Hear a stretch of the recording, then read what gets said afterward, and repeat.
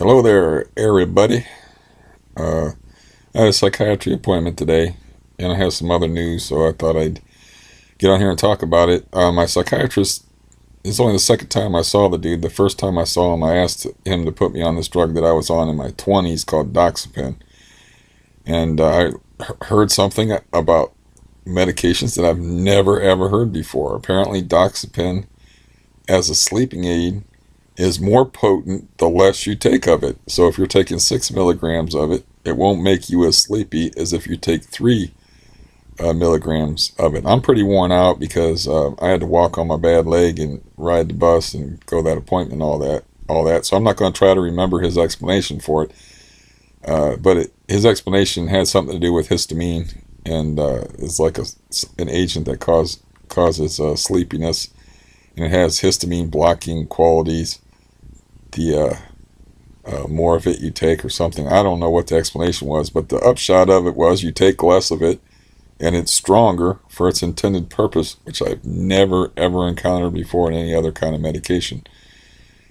And this is ironic, but this is completely fitting with my character, personality, and life history, is that I was taking the capsules of 10 milligrams and I'm pouring them out right till they're like 3 milligrams, and then taking 3 because I figured that 10 would be too strong for me here. I was actually making them stronger by pouring out the powder out of the capsule and putting the capsule back together and take it. Now, is that ironic? I think so. So, another thing that my psychiatrist told me that was interesting was that they don't prescribe benzos there, period. That was what it's even said. They have a list of medications on a paper on the wall that might have been trying to get Xanax, back before I understood what an evil thing Xanax could be, when I was going in there, because I already think I had a problem and was physically dependent with the stuff, but had like a dim awareness of it. So anyways, I'm going in there trying to get Xanax, and they got like a sheet of paper on the wall with all the medications that they do not prescribe, and Xanax / alprazolam was one of them. And they don't, I asked, and they said they don't prescribe any benzodiazepines. And what I found out today through talking to my psychiatrist is they won't prescribe them if you ask for them. But if you are on Xanax, they will actually prescribe you Valium and switch you from Valium to Xanax, but you have to quit taking the Xanax. And I don't know about anybody else, but Valium just takes the edge off of the withdrawal symptoms from Xanax for me. So, I don't want to be switched, but in the future, I have that option, which is a far less expensive in time option than the Valium that I found lying by the side of the road. It just takes so much time. It's very expensive in time to find that stuff. So, yeah, I did find some Valium, which is going to help me out, because the Doxepin makes me feel like crap in the morning. I don't really like the pill. It lasts too long. It doesn't wear off for like 14 hours. So even if I do take it as a sleep aid, I have to take it at like 8 o'clock at night, and then it makes you sleepy by 9:30, and then even if you wake up at 8 or 9 in the morning, you're still under the effects of it, and I don't like that. So the best that I did in the last 2 months and 3 weeks of this Xanax withdrawal nightmare that I'm caught in, the best I did is when I found some Valium and was taking Valium, low volume. I don't know, being silly. Sound like I said volume, like turning up the volume. But anyways, low volume on the Valium. I would take that during the day, and then I would take, my taper at night, and then I wasn't like suffering during the days. So, I'm glad that I finally was able to find some of that, and I can't talk to my doctor about that, because if you follow my story, my doctor is a loose cannon, and yeah, I go to see him tomorrow at 8. So I probably should have saved this video for tomorrow after I go to my doctor's, because that's always an interesting trip talking to that guy. But all I do with that guy right now is I try not to rock the boat. he's told me that he won't just drop me off of the Xanax and leave me cold turkey. So I don't want to even talk to him about any kind of changes or anything like that. Under normal circumstances, you'd ask the doctor and say, look, you'd ask him about Valium, but I was afraid that he would want to switch me from one to the other, and it doesn't. Valium helps me with the Xanax withdrawal, which can get pretty heinous, but it doesn't wipe it out. So I know it works for some people that way, but it doesn't work for me. We're all individuals. That's one thing that the medical community has to learn about this, is like each person suffering through this is an individual and has different sets of needs, and you gotta have different sets of expectations for them. Some people can quit faster than others. Some people, like me, it looks like it's going to take me, I would say 4 to 6 months right now. I'm at 2 months and 3 weeks, and I'm doing pretty good. I'm on a quarter milligram. Then I have like days where I'm taking, well, I don't have to do that now because I have the Valium, but I would take like double my taper because I would need to sleep to get up in the morning for something, and the Doxapen wipes me out in the morning. So now I have Valium, so I can use the Valium to stretch out my taper and then take the Xanax at night, and then the Xanax will help me sleep. That's what I did last night, and I was fine. So anyway, so I go in to see my doctor tomorrow to find out what's what with that, and to see where his head's at. I'm still having problems with my leg, which that was a lot of fun walking however many blocks from the bus stop to my house. It hurts like a bitch right now. And another thing about the benzo withdrawal, like I read all the time on here about other people's experiences with it. A lot of people experience like phantom pains and stuff, that they attribute to benzo withdrawal. And I do have, my stomach is really bad a lot of the times, and I always had a nervous stomach, but not like this. Like this morning I had to choke down like a half a sandwich just to have some food because I knew I was going to be gone for a large part of the day. And I had to have something in my stomach, but I didn't even want to eat that. Like I can't eat, my stomach will hurt so bad that I can't eat before I want to go somewhere. And my stomach's like never happy. And I heard that the place that you have the most GABA receptors, because they're all through your body, not just your brain, is in your digestive system. So it kind of stands to reason that if I have GABA receptor disruption, then I'm going to feel it right here. Ow, that wasn't smart. Right here in the old belly. So yeah, I'm just trying to hang in there, like I said, and I don't want to be too hopeful because Norm Macdonald said hope is never good, but it's kind of hard to not live without hope. But try not to be too hopeful that like once I get off of the benzos that I'm going to feel back to my normal level of misery, instead of like this crazy madhouse hell that my body seems to be in, where I'm like, what is this now? This is hurting. I'm having a spasm here. What the, it's like crazy. But yeah, my mood's pretty good. I did what I have to do. My heart's, a little wonky last couple days, but nothing too serious.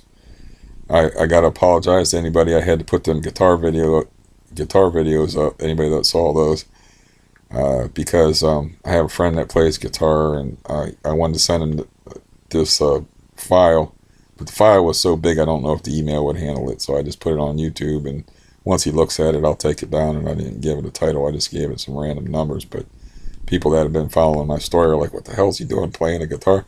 Not even plugged in. So anyways, I had something else to talk about in there, but I don't, that's one thing I can't do, is I can't back burner things in my mind anymore. Hopefully that function will come back to me. I'm 50 years old. I'm not ancient, but your mind does. Your mind is a product of a biological manifestation called the brain, and it's subject to age just like everything else.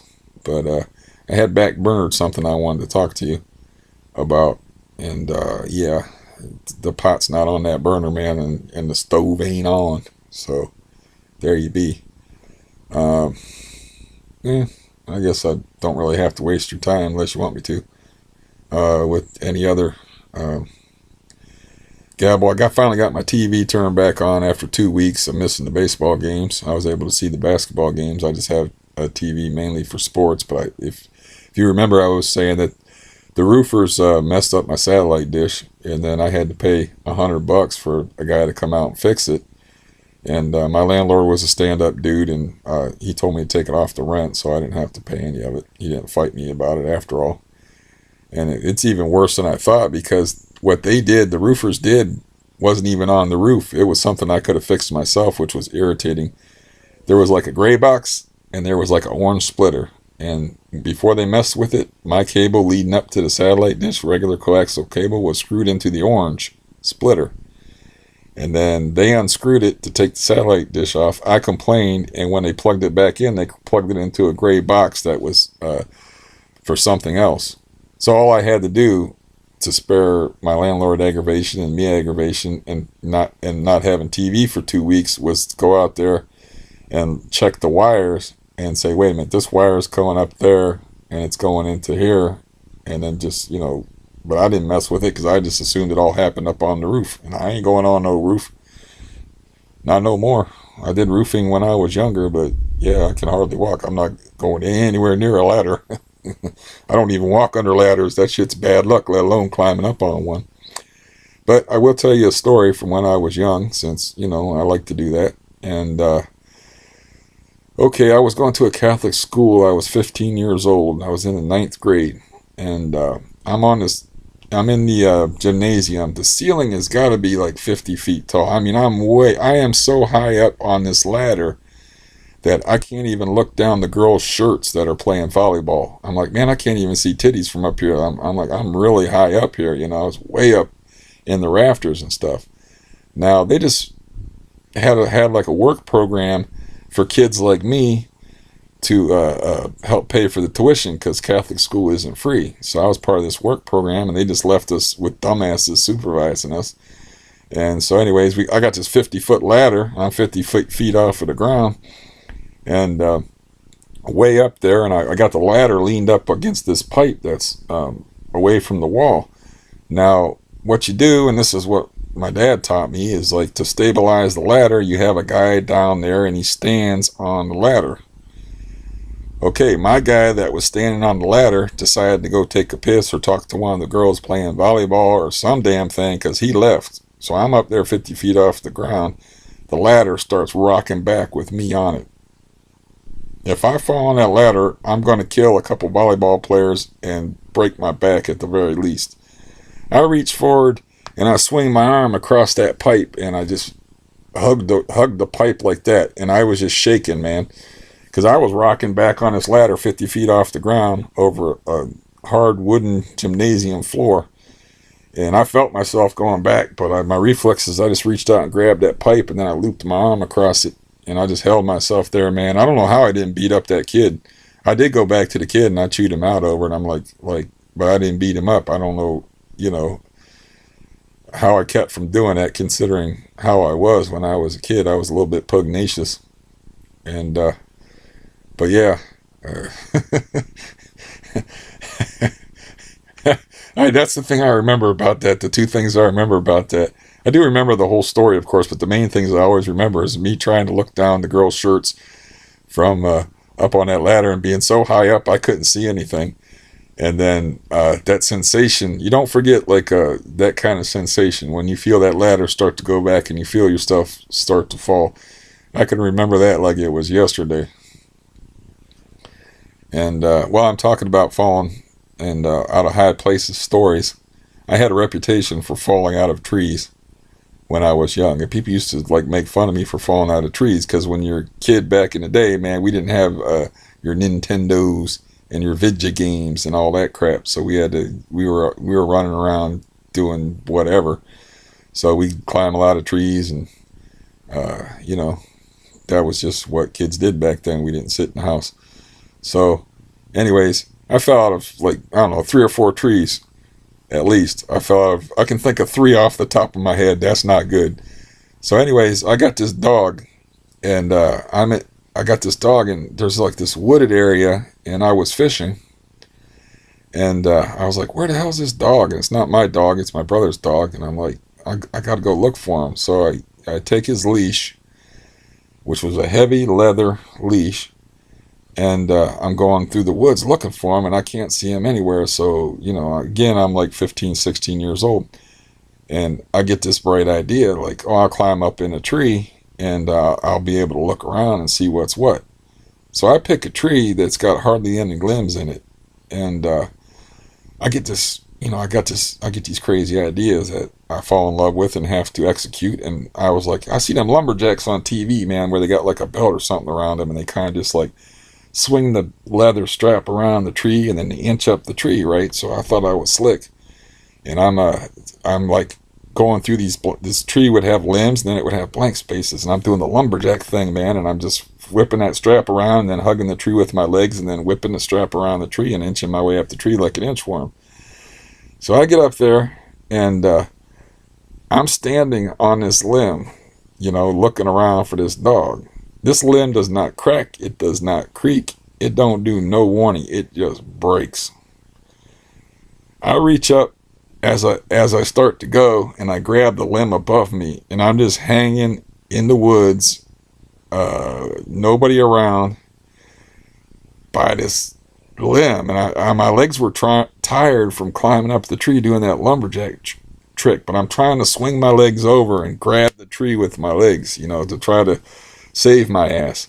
I realize that I'm too weak to do it, and I can't do it, and I'm like, well, I'm going to have to fall. I'm going to have to let go of this limb. And I look down, and I'm maybe 30 feet up, but the ground is at least nice and soft. But I'm like, I'm a good ways up in this tree, and I'm like, I'm already thinking, if I let go of this limb and I fall that distance and I break my leg, I'm in the woods. It's about a half an hour from dark. That's why I was looking for the dog. It was getting dark and I had to go home. And I'm like, I'm going to be with a broken leg in the woods at night. That is not a good thought. So I was like, well, I heard about them parachute guys, how you got to be relaxed. If you tense up, you're supposed to look out at the horizon when you're in a parachute. And that way you don't tense up when you land. So I was like, I'm just going to have to be like a noodle when I do this. So I let go of the tree limb. Down I go, and I hit, and I feel like an electric shock go all the way up from my tailbone all the way up through into my head. And it felt like a mini explosion inside my head. And I laid there on the ground, and I was like, oh shit, I'm afraid to move. Okay. And I tried all my limbs, and all my limbs worked, and I didn't have no broken bones, and the pain that was shooting through me, it dissipated. So I was like, oh, and because I was up in the tree, I could see the way to walk out of the woods. So I went back and got my fishing rod and walked home through the woods and found the road that I saw off in the distance. Man, I was tired. And I get home, and the damn dog is sitting there on the porch waiting for me, looking at me like, what took you so long? Oh, yeah. Yeah, I didn't forget that either. I got, I have like near legendary bad luck, you see. So stuff like that happens to me a lot, where I pick a dumbass that don't know no better to stabilize the ladder for me. And limbs just randomly break from underneath me. So, which of course brings to mind another story where I'm sitting in a tree. And, because again, legendary for falling out of trees. And it's a cherry tree, and we're in this farm type area, and I'm just eating these cherries, and I'm sitting up there with a cousin of mine, and we're over top of like a multifloral rose bush with all the thorns and shit. So I'm eating these cherries. I must have ate too many cherries or something, because again, the limb didn't give a hell of a lot of warning that I was sitting on it. It just broke. So I fell out of this tree, and I didn't fall far this time. I fell only about 10 feet, but I fell right into a rose bush, a wild rose bush with all those thorns and shit. And I'm all tangled up in these thorns. Now, I did hit my back on a board that was, because there's a lot of junk laying around there that was laying in the, that was somehow laying, that the rose bush had grown over. So I was like, oh man, that hurt, Then I realized that I'm just, impaled in all these thorns, right? And so my other cousin, whose farm it was, they're calling my name, and I was knocked kind of goofy for a while, and I didn't answer right away. So he panicked. He thought I was, he thought I was like dead or something, I guess. I don't know. He wasn't there when I fell out of the tree, but he was in the area. He didn't see how far I fell or knew anything about it. So he starts hacking away with his doll-ass Bowie knife. I mean, a Bowie knife with a blade like your forearm, like as long as your forearm. So he's hacking away. All them thorns are pulling, and they're wrapped around my nuts and getting thorns in the nuts. I'm like, stop it. Just fucking stop it. I said, I'll get out on my own. Stop. Because he's pulling on all these thorns, and it's torturing me because he's pulling on these thorns and chopping away with his big knife. I'll save you, Steve. I'll save. I was like, just stop. Don't save me. I don't need saved. So it took me a while to extricate myself from all them thorns. But yeah, that's just so funny, You're sitting on a tree, and everybody's laughing about it later on. They're like, man, what kind of a pig are you? You actually gained so much weight while sitting in a tree that you broke a limb that was holding you earlier on. Like, how many cherries did you eat? But I don't know if it had anything to do with that or not. But again, you don't forget stuff like that. That stuff stays in your brain. There's nothing like pain, fear, generalized terror, and shit like that to imprint memories in your brain. That's the stuff that don't go away. Yeah. So, anyways, I'm in a fairly good mood, and I do have to get up real early for that doctor's appointment tomorrow, which is kind of gonna suck. And I got to get up at like, I don't know, at least 6 o'clock in the morning, which I'm not used to. And go see that guy, and that's always stressful for me because I never know how to play that. Because I call him Dr. Wacky Pants, because I don't know what the dude's going to do, I don't know how he's going to react. I'm just trying to keep everything at status quo, because I'm hanging on by my fingernails at the status quo. I don't need him to go tinkering around with my situation. And that's tomorrow. So, I doubt anything interesting or noteworthy will happen tomorrow, but those are some interesting things to review. There's a drug where you take less of it and it's more powerful. Who knew that? That place that I go to for psychiatry, it does prescribe benzodiazepines, but only if you're already on a benzodiazepine. I found some Valium, so that's helpful to me. And in the future, if I tell that guy that I'm not taking Xanax or alprazolam anymore, he'll give me Valium, which I don't know how to play that or what to do about that. I'm not really even thinking about that now because, like I said, Valium only takes the edge off the withdrawal for me. It's not a replacement, So, all right, folks, and I will talk to you the next time. Live and be well. Bye-bye.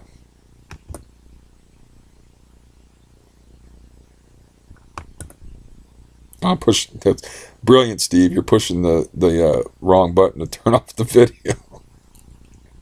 Hey, I never said I was a genius.